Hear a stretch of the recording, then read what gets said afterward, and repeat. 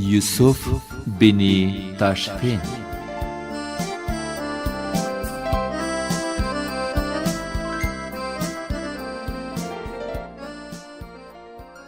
لیکوال نسیم حجازی. ژباړن محمد زبیر شفیقی. لوستونکی فضل ربی احمدی.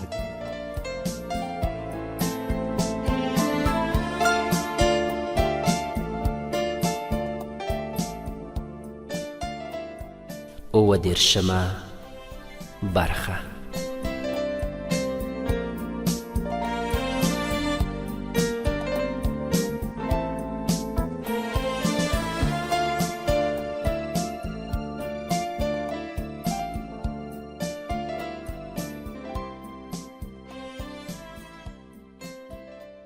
د یوسف بن تاشفین د ناول ګرانو مینوالو السلام علیکم. قدرمنو دوستانو، تاسو په تیره برخه کې واورېدل چې سعد په یوه کښتۍ کې سپور شو چې دغې کښتۍ د یوسف بن تاشفین د پوځ یوې کلا ته ضروري مواد انتقالول. خو کله چې دوی کلا ته ورنږدې شول نو ویې لیدل چې څو کښتیو اور اخیستی. دوی نه غوښتل چې وړاندې ولاړ شي، مګر سعد غوښتل چې همغه کلا ته ځان ورورسوي. د څو تنو په مرسته چې په کوچنۍ کښتۍ کې د کلا خواته د دې په خاطر نږدې ولاړل چې د کلا احوال واخلي، سعد هم ورسره ولاړ. کله چې دوی کلا ته ورنږدې شول نو ویې لیدل چې په کلا باندې حمله شوې. هغه کسان بیرته راوګرځېدل، مګر سعد هملته پاتې شو. په تیاره کې له یو کس سره مخ شو چې د امیر یوسف د پوځ څخه پاتې و. له هغه سره ملګری شو او د هغه په مرسته باندې له هغه ځایه وتښتېدل. دوی تر ډیره په دښته کې حرکت وکړ. بالاخره د سعد دغه ملګری چې په اصل کې د امیر یوسف بن تاشفین د کاکا زوی و، زخمی هم و او ډیر تږی شوی هم و. نو دوی دوه کوچیان چې په 4 اوښانو یې اوبه بار کړې وې په دښته کې ونیول او له هغوی یې وغوښتل چې دوی د امیر یوسف بن تاشفین پوځ ته ورسوي. کوچیان هم مجبور شول چې دا خبره ورسره ومني. قدرمنو دوستانو، اوس راځو د دغه په زړه پورې ناول بله برخه اورو.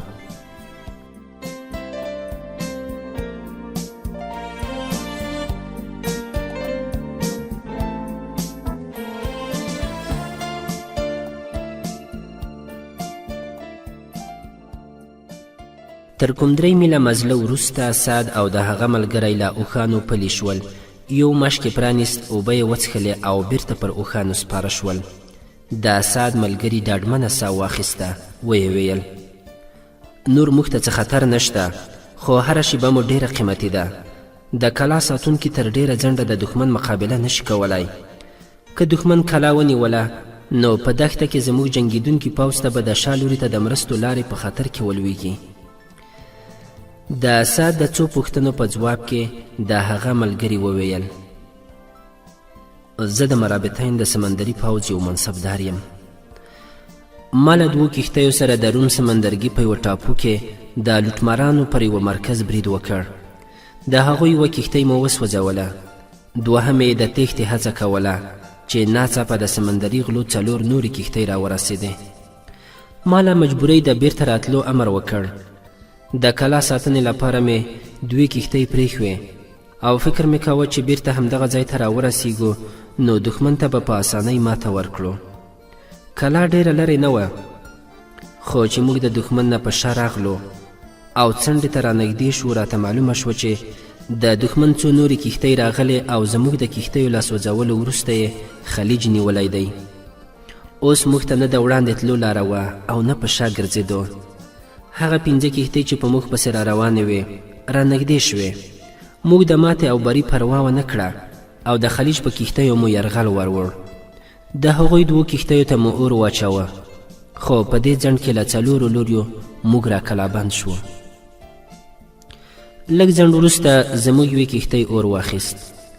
ما د شپې له تیارې څخه ګټه پورته کړه او هڅه مې وکړه چې خپله کښتۍ یو لوري ته وباسم، خو د سوځېدونکو کښتیو لمبو دښمن ته د مشال کار ورکړ چې کله دوی زموږ کښتۍ ته هم اور واچوه نو موږ ناڅاپه د خپلې سوځېدونکې کښتۍ مخه د دښمن تر ټولو نږدې کښتۍ ته ور وګرځوله او په هغې مو وجنګوله. دښمن ډېره هڅه وکړه چې خپله کښتۍ د اور له لمبو څخه وژغوري خو بریالي نه شول. اوس د دواړو کښتیو ماڼوګانو ځانونه سمندر ته غورځول. په دې ګډوډۍ کې ما له خپلو څو نورو ملګریو سره په یوه وړوکې کښتۍ کې څنډې ته د رسېدو موقع ومونده، خو هلته هم دښمن موږ ته په سنګر کې ناست و. تا زما د ملګریو مړي ولیدل. له هغوی څخه 4 تنه ډېر غوره ماڼوګان وو، څرنګه چې دښمن د سمندر په څیر په وچه هم بیدار و. نو زما ګمان دی چې زموږ هغه کسان چې د شپې له کښتۍ څخه په اوبو کې ورښکته شول او څنډې ته په وتلو بریالي شوي وي، ښایي یو هم ژوندی پاتې نه وي. که خدای ته هلته نه وای راستولی نو ښایي زه هم تر اوسه د ژوند پر ځای مرګ ته ډېر نږدې وای. که غلط شوی نه وم ته د اندلیس اوسیدونکی یې؟ سعد ځواب ورکړ ستا اټکل رښتیا دی، زه له غرناطې څخه راغلی یم. دا هسې ناڅاپي خبره ده چې ما ته له سبته څخه دې لوري ته را روانه په یوه کښتۍ کې ځای پیدا شو. که نه نیت مې و چې د وچې له لارې د امیر یوسف پوځ ته ځان را ورسوم. د اسد ملګری وپوهېده چې دغه ځوان د غرناطې له رنګینو ډک ښار څخه دې شاړو دښتو ته د یوه لوی هدف لپاره راغلی دی. بیا هم هغه مناسبه نه بلله چې له اسد څخه د ده د ارادې او نیت په باب پوښتنه وکړي. تر قضا ماسپښین پورې دوی اوښان بې دریغه وځغلول. په سپیره او وچه دښته کې ځای ځای دوی وړوکي د خرماو باغونه ولیدل، خو د سعد ملګري په دغو باغونو کې د اوسیدونکو قبایلو پر دوستۍ او دښمنۍ ډاډ نه درلود، ځکه خو دوی د لارو پر سر پرتو کلیو ته نږدې کېدل مناسب نه بلل. له ماښام څخه لږ مخکې کله چې دوی د یوه کلي تر څنګ تېرېدل، سعد له خپل ملګري نه وپوښتل تا ته د پوځ پړاو معلوم دی؟ نه، خو دومره پوهیږم چې همدغه لوري ته باید ولاړ شو.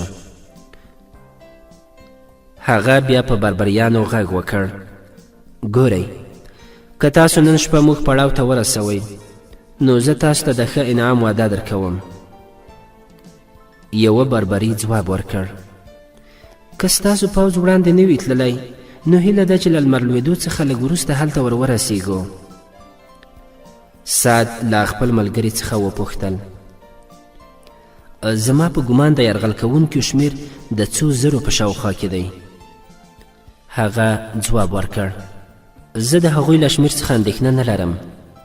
هغوی یوازې د دې لپاره یرغل راوړ چې زموږ د پوځ پام بل لوري ته دی او تر څو مرسته ورته رارسیږي موږ به کلا ونیسو.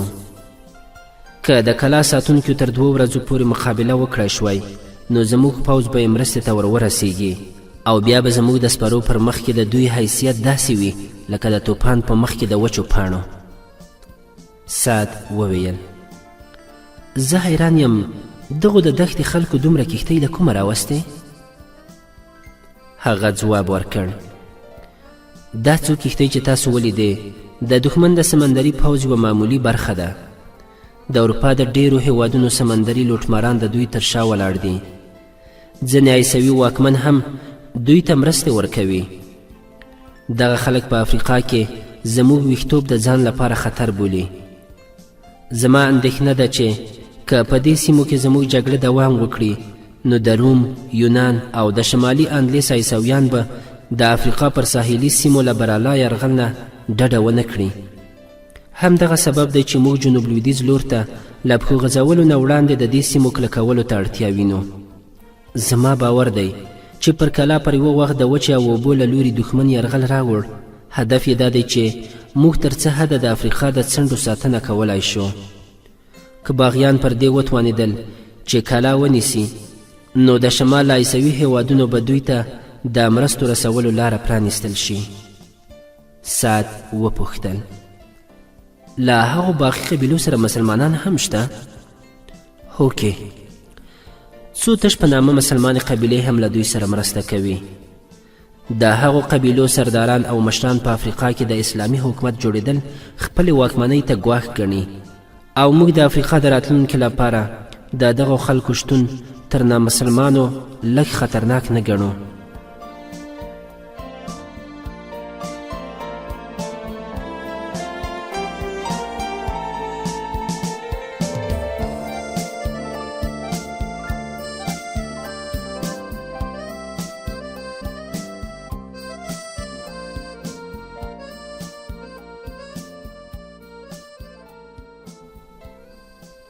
یو څاښت شپه تیره شوې وه او ستومانه اوښانو ورو ورو ګامونه اخیستل. دغه خلک هم له لوږې او ستومانۍ بېسیکه شوي وو. د ریګونو له یوې غونډۍ نه چې تیر شول ناڅاپه یې رڼاګانې ولیدې. بربري بندیانو وویل دغه دی ستاسو منزل راورسېد. د پوځ پړاو د دې کلي بر لوري ته دی. دوی کلی یوه لوري ته پرېښود او د خرماو په باغونو کې بل لوري ته تیر شول. هلته دوی حک پک شول چې د پوځ څه چې د کوم وړوکي کاروان هیڅ نښه نه وه. دوی په وارخطایۍ یو او بل ته کتل. سعد په لنده کې غیږه کېښود او په عربي یې خپل ملګري ته وویل ته بیدار اوسه، داسې ښکاري چې دې خلکو موږ ته دوکه راکړې ده. د سعد ملګري بندیانو ته په آمرانه لهجه وویل موږ مو چیرته راوستو؟ د پوځ پړاو چیرته دی؟ ولې چوپ یاست؟ یوه بندي هڅه کوله چې پر خپله پریشانۍ را قابو شي. ویې ویل موږ همدومره خبر یو چې 5 ورځې وړاندې ستاسو پوځ دلته اړولی و. تاسو ورکوز شئ، ویې ګورئ، د پړاو نښې به ووینئ. که نه کلي ته ورشئ، له خلکو پوښتنه وکړئ. هغوی به دا هم درته ووایي چې پوځ مو پر کوم لوري تللی دی. سعد وویل پر دې مو سر ښه خلاص وي چې که موږ ته دلته څه خطر پېښ شو نو ستاسو به هم خیر نه وي. بیا یې خپل ملګري ته وویل ته شاوخوا ته راوګرځه، وګوره زه به دوی ته پام کوم. ناڅاپه له یوه لوري غږ راغی څوک یاست؟ چې له دې لوري چا ځواب ورنه کړ نو لا په لوړ غږ یې وویل څوک یې؟ ځواب ولې نه راکوئ؟ او له دې سره له یوه بل لوري د څو تنو غږونه اوچت شول. څوک دی؟ څه خبره ده؟ دلته چاته نارې وهئ؟ د سعد ملګري وویل دا امکان نه لري چې پوځ دې دغه ځای بشپړ پرېښی وي. دلته خو ناروغان، ټپیان او د هغوی ساتونکي خامخا باید وای. بربري بندي په ټیټ غږ وویل آیا اوس هم ګمان کوئ چې موږ دوکه در سره کړې ده؟ نه. بیا هغه په ډاډه زړه څو ګامه وړاندې ورغی او په خپلو کې په روغبړ بوختو کسانو ته یې غږ وکړ آیا دا د مرابطین د پوځ پړاو دی؟ چا ځواب ورکړ ته څوک یې؟ همالته ولاړ اوسه، موږ یو ضروري پیغام راوړی دی. د سترګو په رپ کې 8-10 تنه پرې ورټول شول.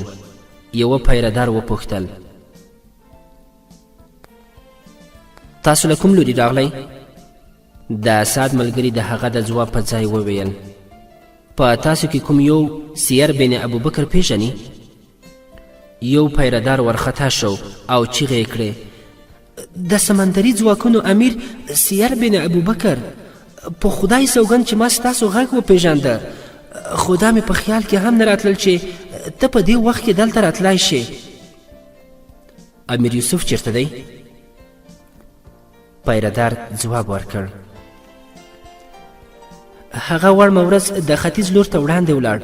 نن زیری راغلی دی چې له دې ځایه کوم 20 میله لرې دښمن یوه ستره ماته خوړلې ده. د باغیانو 15 غټ غټ مشران بندیان شوي دي. ښایي تر 2 ورځو پورې بیرته دلته راستون شي. سیار بن ابوبکر وپوښتل دلته ټول څومره کسان پاتې دي؟ کوم 300 تنه دي، زیاتره پکې ټپیان او ناروغان دي. سعد او د هغه ملګری له اوښانو راښکته شول او د سرتیریو نه وړاندې پوځي کمپ ته ننوتل. لږ ځنډ وروسته دوو تنو سرتیریو مشالونه راوړل او د سیر بن ابوبکر ښي او کیڼ لوري ته ولاړ و او هغه د کمپ له سالار سره خبرې کولې. دا خبره د سعد په خیال کې هم نه راتېرېده چې د ده د سفر ملګری د یوسف بن تاشفین د کاکا زوی دی. دی چوپ ولاړ و او په ځیر یې هغه ته کتل. سیر بن ابوبکر د کمپ سالار ته وویل زه باید بېله ځنډه امیر یوسف ته ځان ورسوم. آس راته تیار کړه او 4 تنه سپاره چې په لاره بلد وي زما سره تلو ته چمتو کړه. تر هغو پورې موږ ته ډوډۍ تیاره کړئ، خو چې څه تیار وي رایوړئ. زموږ وخت باید هسې تیر نه شي. بیا هغه ساعت ته مخ واړوه. ته همدلته آرام کوه، زما منزل لا لرې دی. نه، زه به در سره ځم، بلکې دا به غوره وه چې ته آرام کړی وای او امیر ته دې خپل پیغام استولی وای. زه ویریږم چې ټپ دې ونه شړیږي. سیر بن ابوبکر په مسکا ورته وویل زما خو زخم ته پام هم نه و. خورماوې او د باجرې وچه ډوډۍ او پنیر یې چې وخوړل، امیر سیر او سعد بیا سفر ته ځانونه چمتو کړل. پخوا تر دې چې پر آس پښه وړوي، سیر بن ابوبکر د بربري بندیانو په اړه د کمپ سالار ته لارښوونه وکړه چې دوی به تر 3 ورځو پورې زموږ میلمانه وي. تر هغو وروسته یې په عزت رخصت کړئ او دوی ته پر خپلو اوښانو برسیره زموږ له لوري یو آس او 50 دیناره د انعام په توګه ورکړئ. خو دا ضروري ده چې دوی به تر 3 ورځو پورې دلته ایسار وي.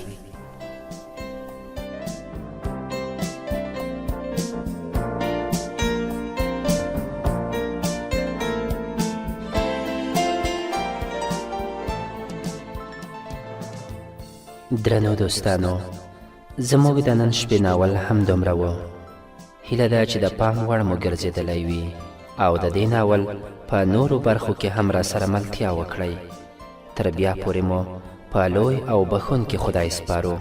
هر چېرته چې یاست ښاد او بریالي اوسئ.